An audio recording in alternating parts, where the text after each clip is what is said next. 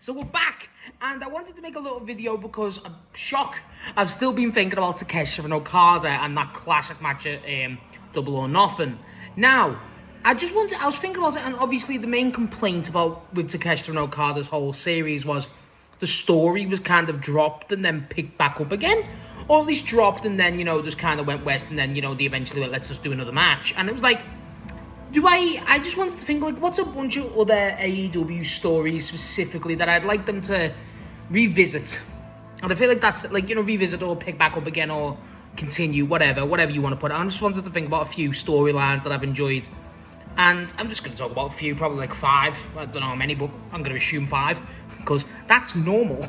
So, the first one we're going to talk about, and I'm not going to talk about, like, the obvious ones, like, but bear in mind, like, I could say Fletcher and Ospreay, that's going to continue. Like, there's no way that's done, you know what I mean? Like, they're definitely going to, like, Swerve and Hangman's obviously going to continue. Shit like that. I feel like a big one for me, and I'm going to start with the women, because I feel like this is probably my most biggest one, is either Jamie Hayter and Mercedes or Jamie Hayter and Tony Storm. I feel like they were the two for me for Jamie. That's what the whole thing was, where like Jamie could have dethroned both of them when they were title. And I thought, especially with the Mercedes storyline during the Owen, that was a really good rivalry, and that was probably the best we've seen Jamie Hayter presented going forward. And then the Tony stuff, there's so much history. There's so much fucking history, and they never really took advantage of that. And I feel like the fact that they just kind of play Jamie and Tony just teaming up kind of together, very similar, like simply, is something I wouldn't do personally, but I just feel like there's so much mileage. I think Jamie's phenomenal. I've said this for a while. I think Jamie Hayter is literally just one big showcase. It's one showcase against someone big like Mercedes or Tony getting put over like that to becoming genuinely superstardom. I do, because I think Jamie Hayter's got the look. I think she can definitely fucking go. She's got the personality. Everything's there with Jamie Hayter. The only problem is Jamie Hayter's kind of like a pack where it doesn't, continue. And I feel like, she's very, like, hard to find that consistency because of visas and injuries and stuff, which sucks. But I feel like that's a big one for me. And I feel like they definitely never took advantage of that. But either one of those, I feel like that was a great story, especially the Mercedes one. I feel like they will. I think they have to be honest. I think if Mercedes ever wins the belt, they'll have to run here and Mercedes, here and Hayter back, or vice versa, you know what I mean? Because I do think Jamie will eventually win the world title again, touch wood. I hope she does. I could have said here and Tekla, but the here and Tekla stuff just kind of felt very flash in the pan compared to here and Stat. Stat was a bit more of a longer feud. But that was the first one that comes to mind, especially with the women. Like, that was... I'm a big fan of Jamie Hayter, and I think a lot of the women's feud, the women's scene's very, very thin, for lack of a better term. And, like, a lot of the feuds are kind of there or done or whatever. Like, I don't know.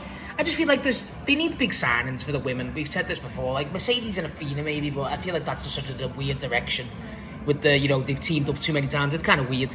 But either way, I feel like that's a big story. One of the first I'd really like to continue. I think you could definitely do that, and I think they should. Frankly, I think they should. Now, I'm going to give you a second one, which is going to sound fucking really weird, but it's something that just always ate on my mind. I'm like, how have we never done this?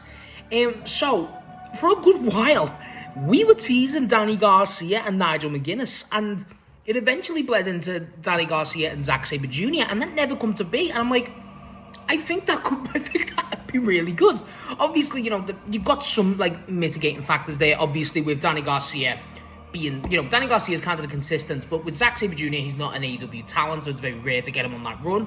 And I don't think he'd like it, to be honest. I think he'd like to do a one-off match, but maybe you do a feud between the both companies and settle it after Forbidden Door. And Nigel, obviously, with the inconsistency in ring, but that could build it even more. I feel like that was definitely something, like, I just never got why they never did that. They were clearly building Garcia with, and you could even put Garcia and Daddy Magic there. Daddy Magic's just like, that had the match, and that match was fine. But, like, that match should have been Moxley against Evil Unos type, where Danny beats the fuck out of him and there was no resilience. That's what it should have been. And I feel like, for me, with the Garcia and McGuinness one, that was clearly being set up because they had that match, and then Garcia was in corner for the Forbidden Door match between McGuinness and Sabre Jr. And then even during that match, there was a bit of a, like, altercation, a bit of a stare out, and there was definitely some, like, animosity between Sabre Jr. and Garcia. So it was like, that's something I would like to continue. I just feel like there was something there, especially, I'm a fan of Danny Garcia. quite a big fan of Danny Garcia, to be honest. And I feel like the guy is a great technical wrestler. I think he goes all in everything he does. I think that's the main thing I like about him. And I think technical wrestling is definitely his strong suit. And I feel like if you put him with, they're two of the best technical wrestlers ever.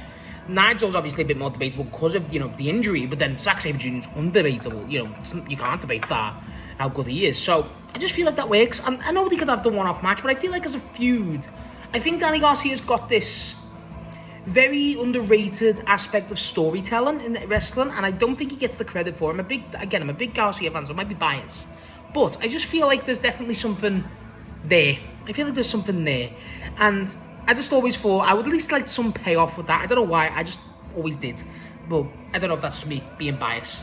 The next one I want to talk about is going to sound pretty fucking weird, but I really do. I feel like, I don't know why they never went forward with this one. MJF and Bobby Lashley, like, what the fuck? Like, this was ridiculously fucking teased. Like, the whole MJF during the Hurt Syndicate story was going to build up to Bobby Lashley and MJF having a 1v1 feud. Maybe with Shelton too, but mainly Max and Bobby.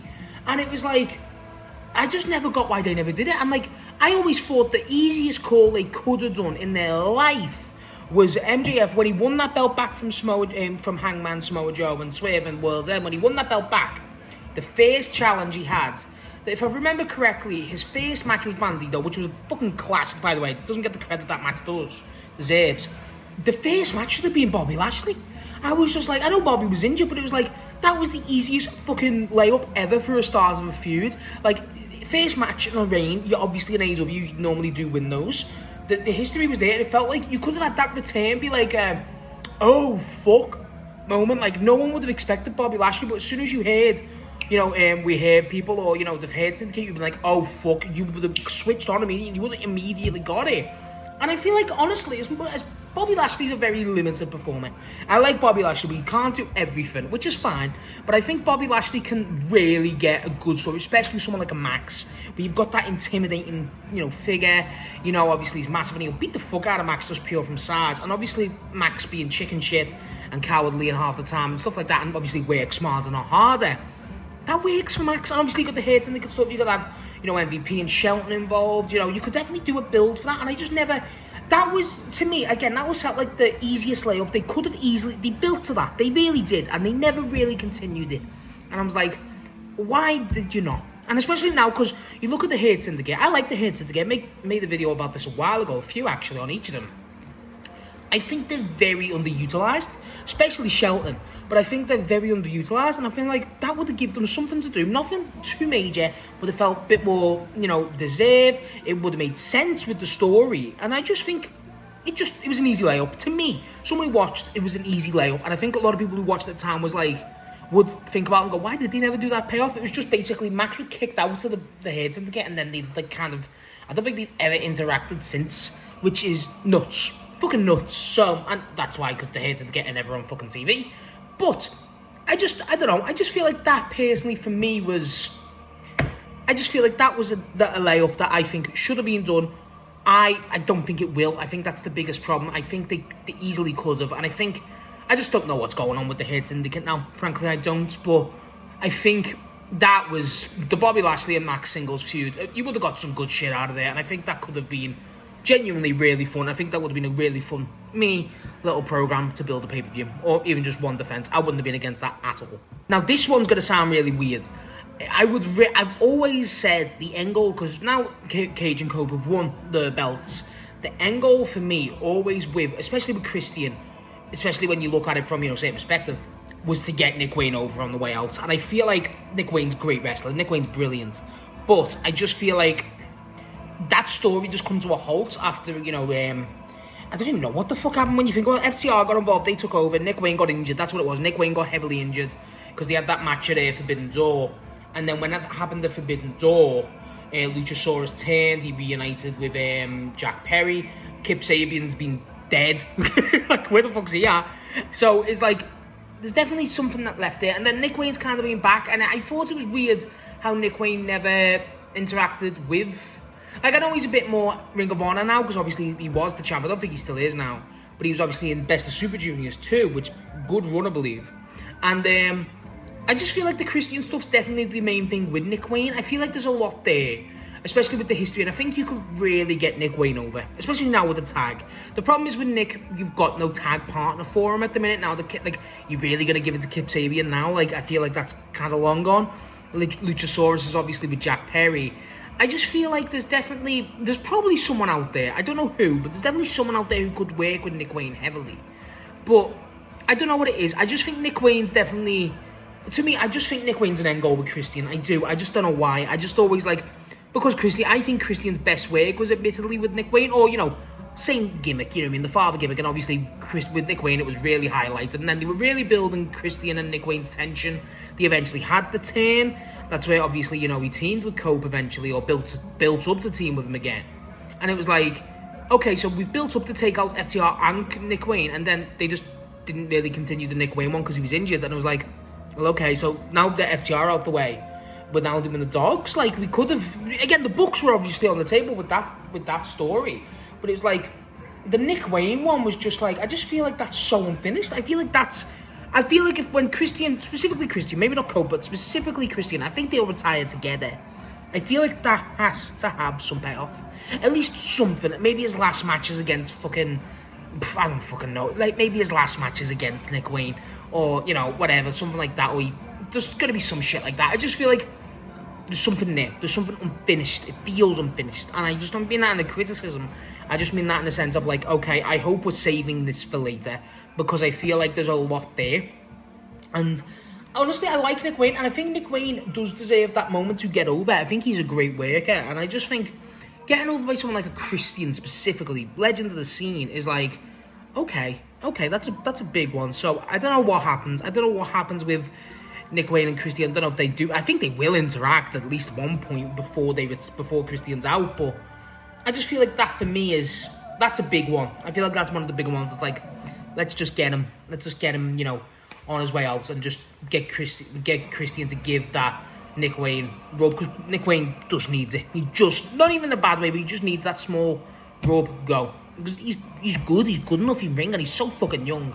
It would be a great thing. I just think that makes sense to me. It makes sense. So one of the biggest ones, and I'm gonna make a separate video about this, I've been meaning to for a while, is just revolving Eddie Kingston. I think Eddie Kingston's a fucking huge one. Like, how they've handled him since he's returned has been absolutely horrific. And I feel like the big one is Eddie Kingston returned. And bear in mind, we were AEW fans for months, probably a year at this point, were waiting for Eddie to return, especially with the Death Rider stuff. And he returned and went after Big Bill. Like, what the fuck? And I just feel like we've had Eddie Kingston fit and healthy, at least to an extent, for how long now? And now he's just not interacted with Moxley, Death Riders. Like, the whole thing, which is fucking nuts, how they've never capitalized on this, is obviously Eddie's history with Moxley. Eddie's history with Claudio is fucking insane. If you don't know about Eddie's feud with Claudio, it's legendary. It's a long-standing feud. And the whole thing of Eddie Kingston said in that first, I think it was Anarchy in the Arena, or at least Blood and Guts, it was very much a, don't team with Claudio, he's a rat, he's a fucking demon, blah, blah, blah. And, like, everyone just kind of waved Eddie off, going, nah, fuck that, Eddie. And he's been proven right. And Eddie Kingston coming back with that, like, chip on his shoulder, as Eddie is, to go, I was right, dog, I was right, to Moxley. I think we would have got it if Moxley eventually did get kicked out, because then him and Eddie, two-man in it, would have been fucking insane. But, like, I just don't know. I just think, I find that genuinely insane, how we've never had Eddie Kingston at least interact with the Death Riders at some point, specifically Moxley and Claudio. Like, Moxley's got the friendship there, and they've had that rivalry earlier, and that was excellent. And then you've still got the fucking Claudio stuff there. This is just, it's begging to be done. It's begging to have Claudio and fucking, I don't know why you never done it with the other belt when he had the CMLL title. I feel like that made sense. And I just think, for me, there's just, that is a blatant what the fuck. You know what I mean? Like, Eddie Kingston's very much a weird situation. Again, I need to make a separate video about Eddie, but Jesus, that, him in since return, and the Death Riders specifically, is just so missed. It's such a missed opportunity, and I don't know how they've never done it. I just hope to God they do. I think they will, and I think they should, honestly. But I just, I don't know what the fuck happens. But for me, Eddie Kingston and the Death Riders, at least to an extent, before the Death Riders fully disband, has to happen. Has to. It reeks of making sense. As much as I like Eddie Kingston with Ortiz, I think that shit's fun, you know, in concept. But it's like, there's this gold man and what people want to propel every set of characters in that story forward. And I know we're going down the Ospreay route now, which is good. I like that stuff. But it's like, the Eddie Kingston stuff was there. It was on a plate. Like I said, every pay-per-view for fucking months, everyone was going, Eddie Kingston's coming back, Eddie Kingston's coming back, Eddie Kingston's coming back. And it was like, okay, Eddie Kingston's back now, what? Where's the Death Riders? Nothing to do with it. He had the title shots against Samoa Joe. And when Samoa Joe beat him, Bryan Daniels was like, you can win the title. And I'm like, yeah, Brian, you the fucking man. But then, where's Eddie been since? I think he teamed with the Rascals once, then that went nowhere. There you go. Eddie Kingston, Ortiz, and the Rascals, there's a 5-man already. Against Moxley, Yuta, Garcia, Corleo, Pac. Take Ospreay out of it. That's 5v5. That's a fucking blood and guts. That's a fucking anarchy in the arena. That's something there. And, I just don't get how that's... I don't get how that's not being capitalized at all. That is the biggest part. Out of all of the ones I've said, I think that's the biggest where I'm like, how have you not got onto that yet? But hopefully they do, but baffling. Beyond baffling. The last one, I feel like I've got to preface this one. I think we got to have one big story with Kenny. And I don't know what that is. I don't know what that'll be. I feel like there's like five at least on my mind. And I think one will happen. I feel like the Hangman stuff I would love to run back. Maybe just as a feud. I always thought the end goal should have been Hangman. How he lost the title should have been to heel Hangman should have lost, or face Hangman. Heel Hangman should have lost it to a face Omega. That's what I always thought should happen, but I don't know, because it inverted obviously the original win for Hangman. And I just feel like that was always something, and I just always enjoyed that feud. Kenny and Mox is obviously like the core of AEW, as much as Hangman and Moxley is. I always thought, genuinely, Kenny and Andrade had a great bit of chemistry, and obviously, you know, just the iconability of it. I'm a big fan of Andrade anyway, and Kenny, I always enjoyed that. And I think a big one for me was, honestly, Kenny and Josh Alexander, obviously because of the Kota Ibushi stuff. I just feel like that was definitely something they left. And I think the last one is obvious. I think Kenny and Okada, obviously, you know what I mean? Like, that's so big. I feel like for me, there's something, I think the Okada, I think we'll get another Okada match. I think we have to. I think that makes the most sense in the goddamn world. And especially, like, it's so just laid out. I wouldn't be surprised if we got that at all in, but I don't think we will. I think we'll get something else. I think the Kenny and Moxley thing, I feel like that's the most likely of running back. And, like, I know Kenny and Josh Alexander and Kenny and Andrade are more like, I just want something more there. But, like, as an actual story, I feel like they could do something there.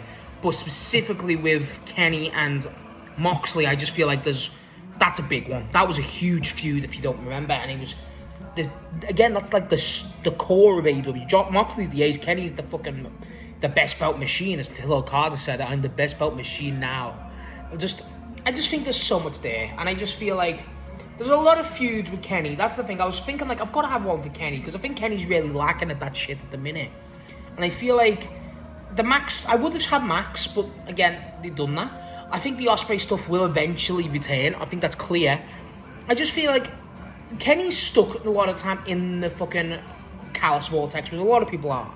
But I feel like when he breaks out of it, he's got good shit. But I feel like now it's like, we've done a lot of the people. Like, yeah, as much as I love Kenny, I'd love Kenny and Bandito to tear the house down.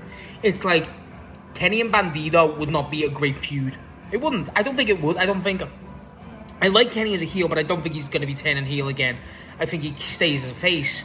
And Bandito, you can never turn heel for me. That guy's a fucking demon. Just like a fucking superhero. I just feel like Kenny, for me, just needs something. I just feel like that's my point with Kenny. But with the others, I feel like there's story, there's narrative sense. I think Moxley might be, I think the Okada something will happen. That's never over. And I just feel like there's just something there. I just think Kenny I think Kenny's on the lookout for something until the Ospreay stuff happens. I feel like that's why he's so inconsistently booked on on TV, shut up. But, like, you know what I mean? That's my big thing. But I feel like I just want Kenny to have a story. And there's so many other wrestlers I'd love to say I want, you know, to have big stories. I'm a big fan of a lot of the AEW roster. Obviously, I was trying to think of where to put Jay White, but like, I don't think he exists anymore. So there's that. But I just think Kenny's a big one. It's like, you're fucking Kenny Omega. You're considered the best wrestler ever. Where the hell are you? But as the stories for the first few, I feel like to me, they need to happen. For me, I just want them to happen because I think they all make sense. And I want some payoff. I want closure. I want closure. Fucking hell. So yeah, that's some stories on AEW's line, or the storylines that I'd like AEW to continue or start up again, whatever. Let me know what you want. Let me know what stories you've enjoyed from AEW and what stories you'd like going forward. Any stories that you think could have a bit more legs. Stuff like that. Just give me some stories between two wrestlers in AEW. And yeah, I just felt like the stories are very good at the minute, so I wanted to talk about that.